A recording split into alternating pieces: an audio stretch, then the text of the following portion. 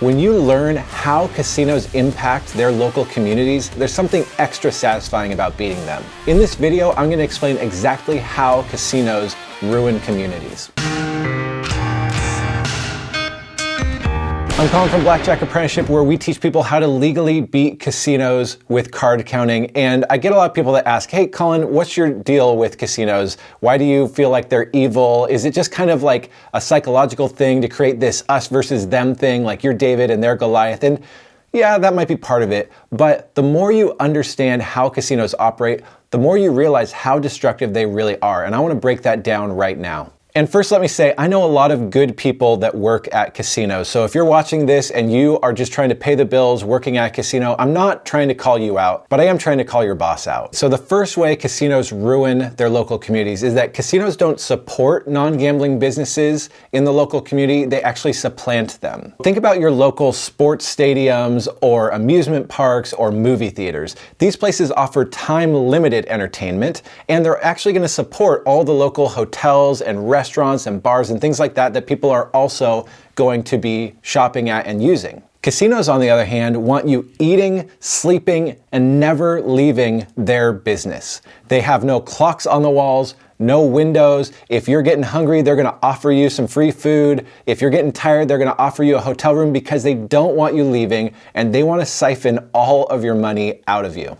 I explained this in another video called 5 Things Casinos Don't Want You to Know, but they actually engineer the smells, the sights, the sounds, all of it to disorient you and keep you gambling. It's been proven in Atlantic City that they, over decades, have struggled to even keep a single local grocery store open. Even in Washington State, where their little mom and pop casinos are required to close for at least 4 hours a day, what they've done at a lot of places is build a secondary casino that opens before the first one closes so people can stay on their all-night, 24-hour gambling bender until they've lost their last dime. The next way casinos ruin communities is that they prey on their local community. And maybe you're watching this and you're thinking, well, Colin, these casinos are generating tax revenue for the city. This is probably the biggest argument casinos make when they try to encourage a city to let them build a new casino there. They say, look, we're going to bring in all this tax revenue for your city. But it's kind of like when a state adds the lottery. You've got to ask yourself, where is this money coming from? The sad truth is that in the case of casinos, revenue has been proven to come from the most vulnerable people within a local community. Multiple studies have shown that people who live in close proximity to a casino are more likely to have economic distress, foreclosures, domestic violence, and are twice as likely to become problem gamblers. So if a casino is claiming that they're going to bring revenue into a city, they're right. The problem is it's coming from actually crippling the people in that local community. Even if you say, hey, I don't gamble and people can make their own decisions and I want the casino because it's going to generate revenue for my city, it's been proven that just living near a casino drops property values by as much as 15%. The third way casinos ruin communities is that they create problem or compulsive gamblers. So I mentioned really briefly that people who live in close proximity to a casino are twice as likely to create a gambling problem, but I want to dive into this even more because this is probably the most tragic part. As more and more casinos have popped up over the last 20 years or so, so has problem gambling. And you might think, that's a little bit dramatic, Colin.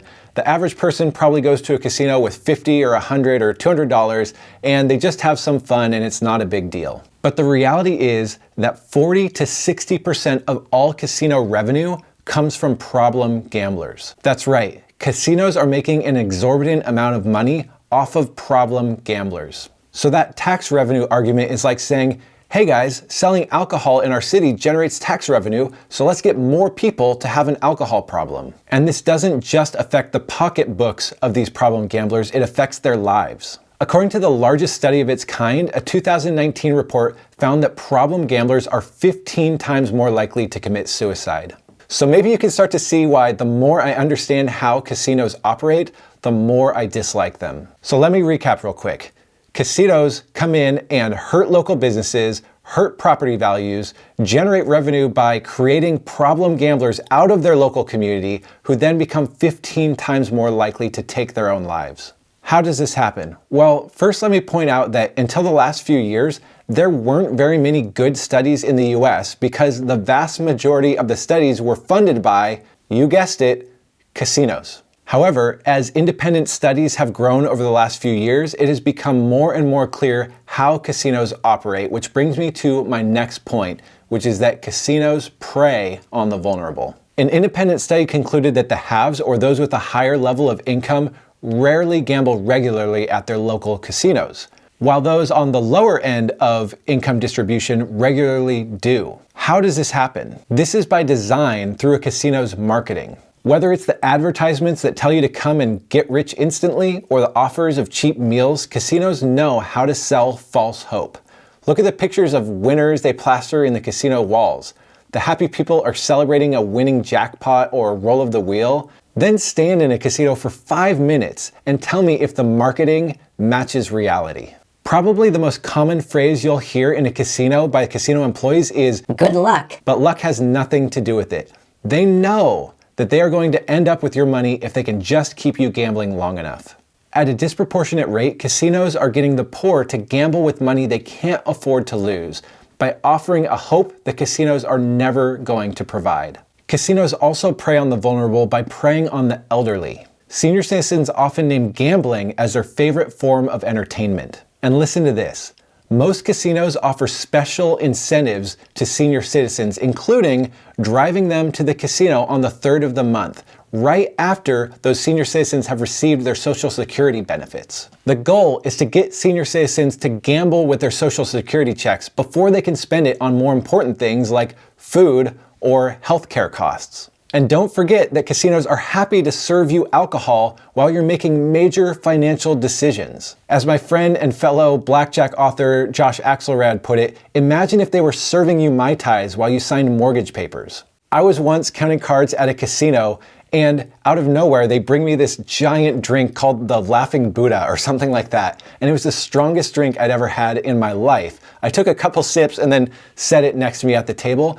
And within 15 minutes, they were bringing me a second one, compliments of the casino.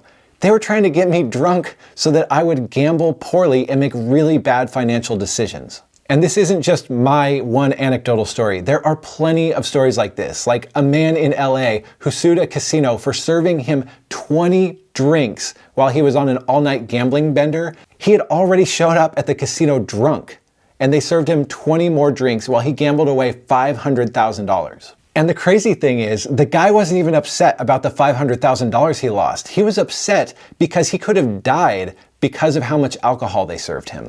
And yet another way casinos prey on the vulnerable is by trying to avoid paying winners. A couple years ago, a woman hit a jackpot, and on the screen it said that she had won $43 million. But when it came time to pay her, they said, "Sorry, that was a mistake.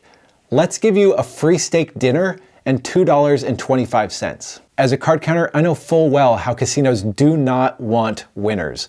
We go in there and use our brains to play a game by their rules, and as soon as they realize that we're better than them, they don't just tell us we can't play, they often treat us like criminals. So if you think I feel justified by disliking casinos, you're right. For more on Blackjack and how to beat casinos for real money, you can subscribe below. And for more on shady casino tactics, check out our video, 5 Things Casinos Don't Want You to Know.